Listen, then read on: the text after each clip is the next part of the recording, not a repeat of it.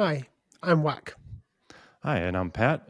Thanks for joining us for another edition of the Weekly Orbit, the week ending Friday, November 24th.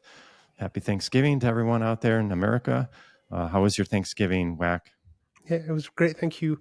It was quite relaxing. Spent a lot of time with family. Saw people I haven't seen in a while, which is always lovely, and it was nice. It's How great. about you? I had some turkey chili. My friend, he had his bar open for the evening, and I helped him bartend a little bit. That's So we had a lovely. good time. I'm Yeah. glad to hear that.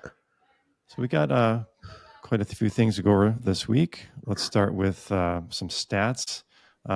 Start with the price of RPL. American dollars were at $29.02, up 3.8% on the 24-hour chart. But let's take a look at the 7-day, see where we are. We started out last week around 27.50. As I said, we're at 29.02. Let's see how we're doing against the ETH RPL ratio. Last week we were at 0.0141, and right now we're at 0.0138, so down just a little bit on the ETH ratio. Any comments on the week with It, RPL? it's been a pretty flat week, but it looks like the prices are kind of heading towards key resistance areas. Bitcoin today went above 38,000, which is the first time it's done in this bear market. Ethereum is getting ready to go across its bear market high of 21,000 and $40. No, sorry, 21. $2,140. I like Yeah. the positive Like, attitude though about the we'll 21,000. we'll be there soon. We'll be there soon. Yeah, $2,140 kind of got to get past that limit there, and I think depending on what happens with Ethereum and Bitcoin, kind of that might set the direction. Then hopefully, on the if it's going upwards, hopefully RPL will be able to outperform on that movement. Hopefully, we'll have a good week ahead of us, but it all depends on what's happening in the wider crypto market. Sure. We'll keep an eye on that. This week, we had a payout of the smoothing pool Mm-hmm. on Wednesday or Thursday, depending on your time zone. We had about 352 ETH in there. That's up from last month. The month before, we were at about 272. So a little better than last month, probably kind of on average if you look at the chart on the rocket scan. We've gotten more node operators now, so it kind of evens out, when we spread out the smoothing pool amongst everyone. Any thoughts on the smoothing pool for last reward period? Yeah, so as like the last few months, the gas price have just been going further and further down. There's been less volatility, so we've had a slow bleed of the smoothing pool money coming in. The smoothing pool thrives when there's volatility in the market because that's when people pay big money to get included in that same block or the next block. And without the volatility in the market, then you don't capture much of that MEV or tips. But what's happening now is that we're starting to see the first trend of there be more gas demand on Ethereum, but also some volatility that's actually adding towards there being MEV opportunities. So we broke a 4 month downtrend here. There was the previous 4 months were getting lower and lower as each month went by, and then this is the first one that's kind of broken that downtrend and increased. And hopefully, in the coming months or 18 months, 2 years, that could be a strong uptrend of burning and MEV, and then we all do well with that. So there's a direct correlation between the price of gas and the amount that we'll see in the smoothing pool. So, for example, if we have average GUI of 50 GUI for the month, is it expectation that MEV will be also up? Not necessarily. The thing that gets you the best MEV is when there's volatility in the market or when people are rushing to act in one way or another. Those are the days where you get like a lot of volatility that's happening. And in the last month, we've had a lot of price action, price going up and down, liquidations, people covering their loans in DeFi positions, and those are the kind of things that really help you get those good MEV blocks. Now, high gas means high demand. High demand means opportunities for people who might want to edge the market, and in that situation, there might be a correlation between high gas prices and bigger MEV blocks. But I think it's more stronger. The correlation is stronger with volatility more than it is with sustained high gas prices. Gotcha. Well, it's a great feature that Rocket Pool has that we are able to share in these MEV rewards amongst others. Where on other protocols, or if you're solo validating, you can't participate in it. So, Something really funny I just realized is that I've stopped covering this number on Rocket Fuel. oh yeah, I've just stopped thinking about this smoothing pool is just something that exists, and it just does its thing, and yeah, I've not even paid attention to it in a while. So unless there's any yeah. like, Definitely should mention yeah, it because it's a good selling point for Rocket mm, Pool that we yeah, have, and every 28 days you get a little extra ETH. I yeah, mean, it's like icing on the cake. yeah, it's a really great feature. Well, another great thing that happened this week, finally, after months of speculation, the new rocketpool.net website has launched Hmm. and it looks spectacular. I have it in dark mode right now for those viewing. Hmm. Um, Sleety has done the graphics or Yeah, animations, and they look really, really sharp. Um, a nice clean look. And it's broken up into liquid staking for our ETH, and if you click the stake ETH, it takes you right to the page where you can stake your ETH. yep, The next section is node staking. Gives the APR on a weekly basis. Right now, 7.09%. The amount of ETH staked, node operators, and regions. And then also solo migration page, where if you're solo migrating or you have a sole node operator, you want to move it over, it takes you there. And also finally DeFi integrations. yep, So long time coming, and it's finally here. Looks mm, great. yep. Any opinions on the new layout? It looks good. Yeah, it looks really good. Like the dark mode is beautiful, and I like that there's still orange there, but it's Yeah, definitely like more of a an accent now rather than everything being orange. We got some alpha right. this week that there's a new version of the website being worked on where there'll be an orange mode. So for those of you who like really miss the orangeness of the Rocket Pool website, you'll be able to click on orange mode and relive those glory days.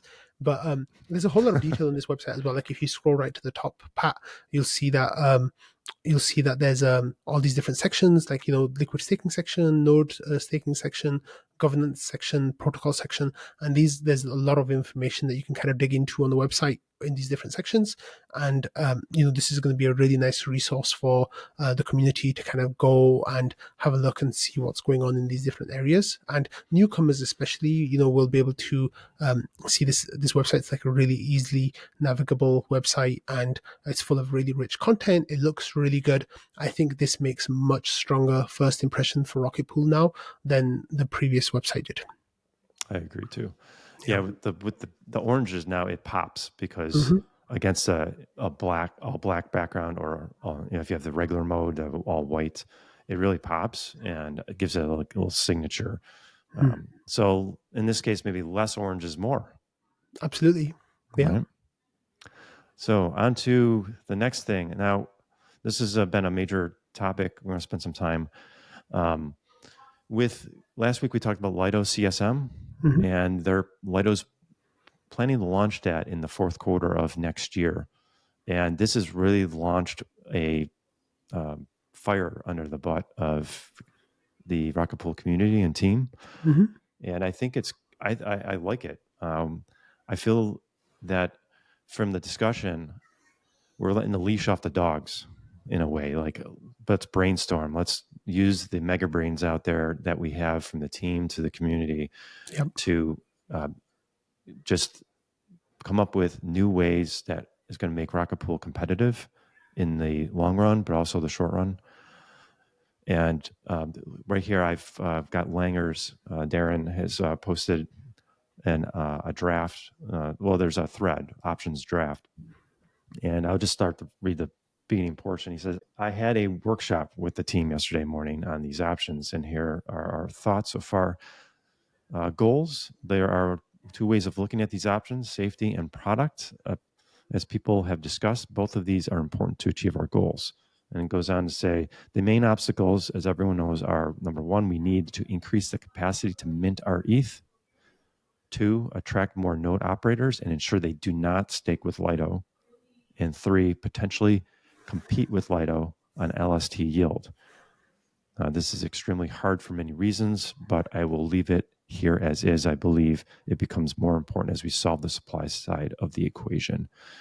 So this is a really nice starting point, and it goes into discussions, and it's quite a long thread. Um, it, Initial thoughts from your side, Whack, and like high level. I guess my opinion is I like the idea of, hey, let's brainstorm, throw everything against the wall, and the other thing I like is that um, this idea of kind of an automated system, letting we've kind of static. For example, RPL collateral, it's 10%. It's always 10%. It never moves. Commission, it's 14%. It never moves. It stays. And as an example, like ultrasound money or the burn on Ethereum, it's so elegant because it's always moving. The amount of burn goes up or down based on demand, and when there's not a maximum, I guess there's a minimum. It could always be zero, but it just flows. And I feel like we're moving towards a system in general that's going to be more adaptable to current market conditions and not so static. And that way we can just immediately adapt to whatever's happening. Okay, instead of having to wait for 6 months for the next upgrade to do something, right? So that's my initial top thoughts. What are yours? Yeah, so this was needed. This discussion is needed. It's vital to have this discussion right now, because if we don't have this discussion now, there'll be a period in about a year's time where we could get left behind. And that is something that no one wants. And as a protocol, as a community, as a team, pretty much everyone who's watching this show right now, who watches Rocket Fuel, who's in the Rocket Pool Discord or works, for Rocket Pool in one way or another, we've all have RPL, because we believe in the project.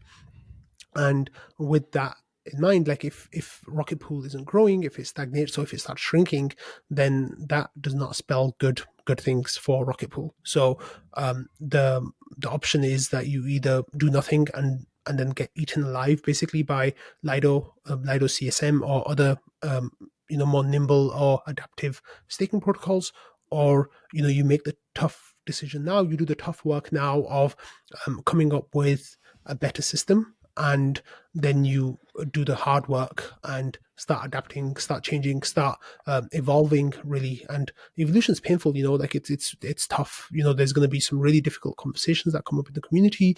There's going to be a whole lot of work that people are going to have to do to make sure that everything is thought through and we try to take the best decisions possible. And this is going to go on for a while. So there's a couple of different ideas right now of what the process might look like. Right now, it might be that there's a couple of different ideas that will be pushed forward, and different kind of community members are kind of leaning one way or another. So it looks like we're going to try to get those modeled out, maybe 4, 5, 6 ideas. So even in that screenshot that you just scrolled past from Langas, you can see there that, like, the one above this, the image, that one, yeah, you can see that there's these different aspects here and different things, and the orange boxes are what the team, the initial thoughts or preferences, not necessarily preferences, but just the ideas are leaning towards, and then how that might work later. So there's a whole bunch of different avenues of research that need to be taken. There's a whole lot of discussions that need to happen, and it looks like the thing that makes me so happy is that this isn't something that we've kind of hidden away from or are avoiding or kind of putting our heads in the sand about.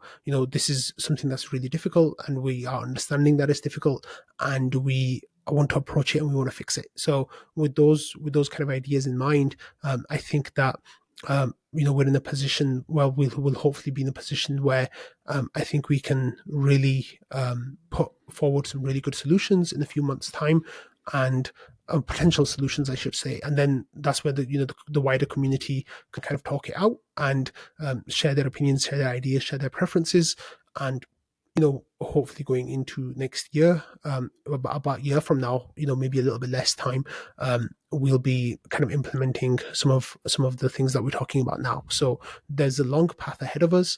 It's not an easy path. It's going to be a really tough path, and we'll get new people along the way. Some of the people who are here now might not stay the course, but the thing that really gives me heart is that people are approaching this with seriousness and with passion and with their big brains. So that's Yeah. always a really really positive thing, and that's why I'm so positive about this. I think it's going to be really great. Yeah, one specific idea being thrown around is, having to stake RPL. Hmm. And there's an idea of, well, how about if you could say, okay, you don't have to stake any RPL, but then your commission is lower. However, if you do stake RPL, you get a higher commission. And that's just one idea, for example, because Yeah. there's been some folks who just don't want to do RPL, Hmm. but you still want to have some value capture with Hmm. RPL, right, for the token. And if you say you are one of those folks who, I'm going to stake RPL because I want the higher commission, because there's probably less node operators who are doing that, your rewards on the RPL will be higher because Hmm. now there's less people in that pond of node operators who are staking RPL. So it's kind of incentivizes you to do that if you want, but if you don't, you're going to still give you a competitive APR on your stake if you just want to do just vanilla ETH and that's it. So it's like one idea being kicked around, which I thought was really interesting. And of course, perhaps maybe that the commission and that amounts, those can vary based on the day and market demand. So it's kind of an automated process. I thought that was really interesting. Was there anything specific you saw that through the thread that caught your eye? Yeah, Just kind of kicking around ideas. there's idea that Nosho's been talking about for a while, which is like dynamic commissions, and then there's other ideas as well, like that Jasper's been talking about how you remove RPL inflation. Basically, you get rid of RPL inflation. You don't need to stake any RPL to be a node operator anymore. But then what will happen is that you can still stake your RPL if you want, and then people who stake RPL will get ETH rewards from the RETH holders. They'll give a percentage of their commission will go to node operators, a percentage of it will go to RPL stakers, and a percentage of it will go to the DAO to carry on with all the different things that the PDAO does. So that's another idea. Mm-hmm. There's, like I said, there's a whole bunch of different ideas, and this is, of course, there's always this isn't necessarily breaking away from megapools. So we're going to have to figure out how megapools fit in with that and how RPL collateral will work there. So there's a whole bunch of different ideas. There's literally like too many ideas right now to Yeah. kind of group them together. And I really think that everyone who's watching this and everyone who's serious about Rocket Pool should get involved in this discussion, and really take part, because these are the places where